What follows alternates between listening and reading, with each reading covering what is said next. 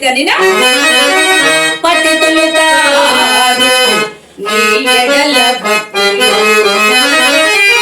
పతితులు తాను